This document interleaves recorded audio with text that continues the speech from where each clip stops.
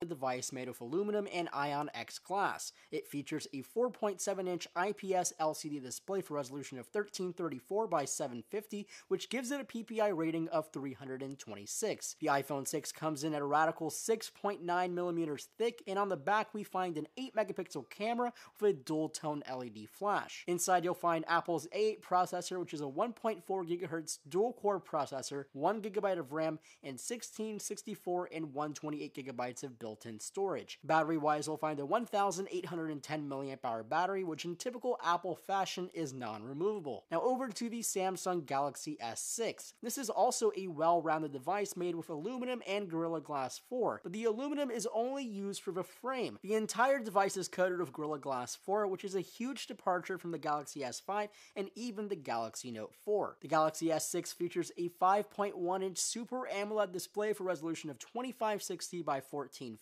which gives it a PPI rating of 577. The S6 comes in at even a more thin 6.8mm, and on the back we find a 16-megapixel camera with optical image stabilization and an LED flash. Inside you'll find Samsung's own Exynos 7420 unit featuring a quad-core 1.5 GHz chip joint to a quad-core 2.1 GHz chip. In total, we have an octa-core configuration. Also, 3GB of RAM and 32, 64, and 128 GB are available in flash memory. Now, battery-wise, we'll find a 2,550 mAh battery, which for the first time ever on the Galaxy S line is non-removable thanks to the thin design and complete enclosure in Gorilla Glass 4. Now, obviously, the Galaxy S6 has much more power than the iPhone 6, but it all depends on how fluid the software is. The Apple iPhone 6 comes with iOS 8.3. It's basically the same iOS we saw in the reworked iOS 7, which debuted with the iPhone 5S 2 years ago. It's pretty simple stuff here.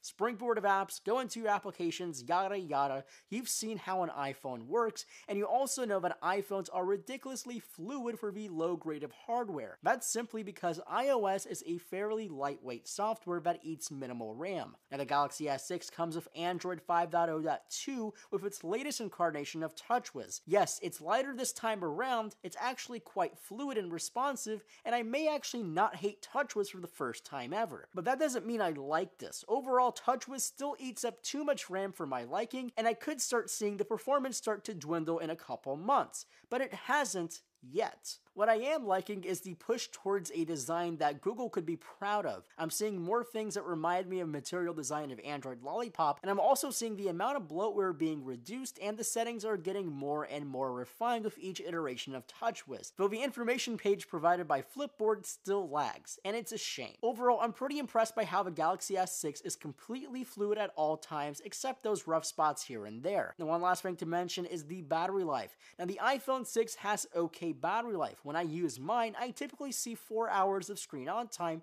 which is pretty darn good for me. For the Galaxy S6, it's not been that great. However, this is a T-Mobile variant, and there has been some talk over cell standby time, so this may be the reason why I'm experiencing bad battery life, but I'll definitely report back to you in my full review. But for once, I can look at these two devices and say both of them are competing for the same target audience, and when you compare the aesthetics, we already know the iPhone 6 is a great looking device, but the S6 is now as beautiful gets, and I'm not sure how Apple will like that. You can definitely give the S6 some slack because there are some questionable design cues that go back to the iPhone 6, the iPhone 4, and even some Xperia Z3, but to me it looks unmistakably Samsung, and for once I think it looks brilliant. I want to say thank you for watching our comparison. Make sure to leave some comments below, give this video a thumbs up, and if you haven't already, subscribe so you can be notified when we upload our full review and the full dogfight